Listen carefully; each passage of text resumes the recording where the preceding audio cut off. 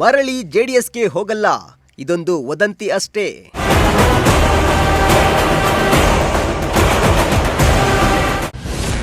ಕಾಂಗ್ರೆಸ್ ಪಕ್ಷ ತೊರೆಯುವ ಬಗ್ಗೆ ಎಲ್ಲಿಯೂ ಹೇಳಿಲ್ಲ.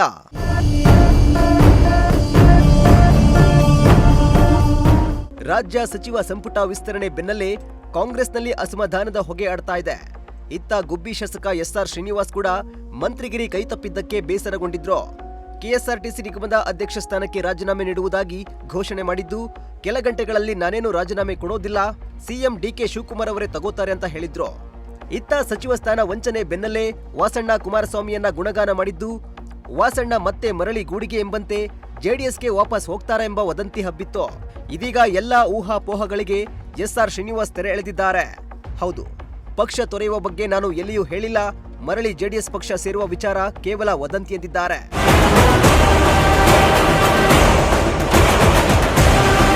ಗುಬ್ಬಿ ತಾಲೂಕಿನ ಬಿದರೆ ಮತ್ತು ಇರಕಸಂದ್ರ ಗ್ರಾಮದಲ್ಲಿ ಗ್ರಾಮೀಣಾಭಿವೃದ್ಧಿ ಮತ್ತು ಪಂಚಾಯತ್ ರಾಜ್ ಇಲಾಖೆ ವತಿಯಿಂದ ಸುಮಾರು 3 ಕೋಟಿ ಅನುದಾನದ ಕಾಮಗಾರಿಗೆ ಶಾಸಕ ಎಸ್ಆರ್ ಶ್ರೀನಿವಾಸ್ ಗುದ್ದಲಿ ಪೂಜೆ ನೆರವೇರಿಸಿದ್ರು. ಈ ವೇಳೆ ಮಾತನಾಡಿದ ವಾಸಣ್ಣ, ವಾಸ್ತವದಲ್ಲಿ ಸತ್ಯ ಹೇಳುವುದೇ ತಪ್ಪು ಎನ್ನುವಂತಾಗಿದೆ. ನನಗೂ ಕುಮಾರಸ್ವಾಮಿಯವರಿಗೂ ವೈಯಕ್ತಿಕವಾಗಿ ಮತ್ತು ವ್ಯಕ್ತಿಗತವಾಗಿ ಭಿನ್ನಾಭಿಪ್ರಾಯ ಬಂದ ಹಿನ್ನೆಲೆ ನಾನು ಜೆಡಿಎಸ್ ಪಕ್ಷ ತೊರೆದಿದ್ದು ಯಾವುದೇ ಅಸಮಾಧಾನದಿಂದಲ್ಲ. ಆದ್ರೆ ನಾನು ಎಲ್ಲಿಯೂ ಪಕ್ಷ ತೊರೆದು ಮರಳಿ ಜೆಡಿಎಸ್ ಸೇರುವ ಮಾತು ಕೇವಲ ಊಹಾಪೋಹ ಎಂದ್ರು. ಅಸಮಾಧಾನದ ಬೆನ್ನಲ್ಲೇ ಶಾಸಕರು ಇಲ್ಲದೆ ಇರ್ಲಿ ಈ ಬೆನ್ನಲ್ಲೇ ತಾವು ಮಾಜಿ ಮುಖ್ಯಮಂತ್ರಿ ಕುಮಾರಸ್ವಾಮಿ ಅವ್ರನ್ನ ನೆನೆಸ್ಕೊಳ್ಳುವಂತ ಕೆಲಸ ಆಗುತ್ತೆ.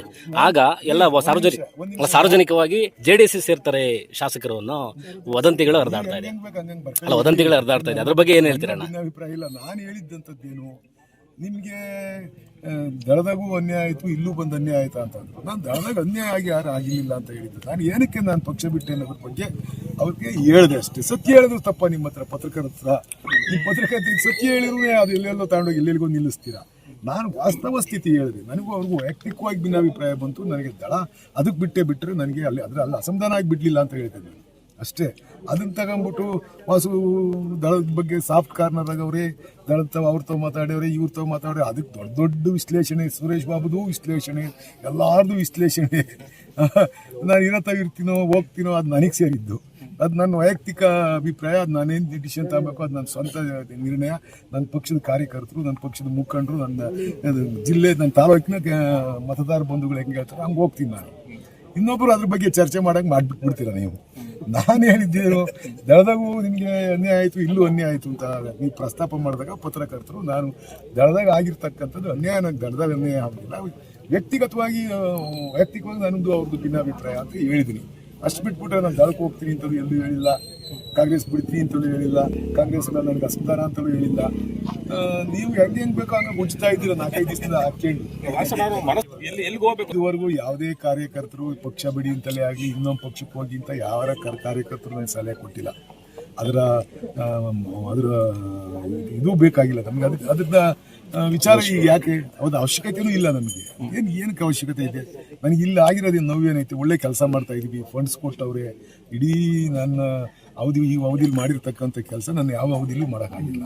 ಈಗಲೂ ಸುಮಾರು ಸರ್ಕಾರದಾಗೆ ನಾನು ಫಂಡ್ಸ್ ಕೇಳಿದ್ದೀನಿ. ಇನ್ನೂ 300-400 ಕೋಟಿಗೆ ಕೊಡ್ತೀವಿ ಅಂತ ಹೇಳ್ಬಿಟ್ಟು ಎಲ್ಲ ರೆಡಿ ಇತ್ತು. ಸಿದ್ದರಾಮಣ್ಣ ಅವರು ಇನ್ನೊಂದು ವಾರ ಆಯ್ತು ಸಿದ್ದರಾಮಣ್ಣ ಇದ್ದರೆ 300 ಕೋಟಿ ರೂಪಾಯಿ ಅಪ್ರೂವಲ್ ಆಗೋದು. ಲಿಂಗಾಯತ್ನ ಬಂದಿದ್ದ ಅವತ್ತು ಅಪ್ರೂವಲ್ ಮಾಡಿಸ್ತೀವಿ. ಅಷ್ಟೊತ್ತಿಗೆ ಸಿದ್ದರಾಮಣ್ಣ ಹೇಳಿದ್ರು ಅದು ಹಂಗೆ ಪೆಂಡಿಂಗ್ ಐತೆ, ಮಾಡಿಸ್ತೀವಿ. ನನಗೆ ಒಳ್ಳೆ ಕೆಲಸ ಮಾಡ್ತಾ ಇದ್ದೀನಿ. ಇಡೀ ಕಾನ್ಸ್ಟಿಟ್ಯೂನ್ಸಿಗಳಿಗೆ ಯಾವ್ಯಾವ ರೋಡು, ಕುಡಿಯೋ ನೀರಿಂದಿರ್ಬೋದು, ರೋಡಿಂದ ಇರ್ಬೋದು. ಇನ್ನು ನಾನು ಇರುವ ಪಕ್ಷದಲ್ಲಿಯೇ ಇರುತ್ತೇನೋ ಅಥವಾ ಬೇರೆ ಪಕ್ಷಕ್ಕೆ ಹೋಗ್ತೇನೋ ಅದು ನನಗೆ ಸೇರಿದ್ದು. ಅಂತಹ ಸ್ಥಿತಿ ಬಂದರೆ ನಿರ್ಣಯವನ್ನ ನನ್ನ ಕಾರ್ಯಕರ್ತರಿಂದ ಪಡೆದು ತೆಗೆದುಕೊಳ್ಳುತ್ತೇನೆ. ಆದರೆ ಯಾರ್ಯಾರೋ ಈ ವಿಚಾರದ ಬಗ್ಗೆ ಚರ್ಚಿಸುವಂತೆ ಸ್ಥಿತಿ ಇಂದು ನಿರ್ಮಾಣವಾಗಿದೆ ಎಂದು ಶಾಸಕ ಎಸ್ಆರ್ ಶ್ರೀನಿವಾಸ್ ಬೇಸರ ವ್ಯಕ್ತಪಡಿಸಿದ್ರು. ಒಟ್ನಲ್ಲಿ ಸಚಿವ ಸ್ಥಾನ ವಂಚನೆಯಿಂದ ಅಸಮಾಧಾನಗೊಂಡಿರುವ ಶಾಸಕ ಎಸ್ಆರ್ ಶ್ರೀನಿವಾಸ್ ವದಂತಿಗಳ ಬಗ್ಗೆ ತೆರೆಳೆದಿದ್ರು ಕೂಡ ಮುಂದಿನ ದಿನಗಳಲ್ಲಿ ಶಾಸಕರ ನಡೆ ಹೇಗಿರಲಿದೆ ಅನ್ನೋದು ಕುತೂಹಲ ಮೂಡಿಸಿದೆ. ದೇವರಾಜು, ಪ್ರಜಾಶಕ್ತಿ ಟಿವಿ, ಗುಬ್ಬಿ.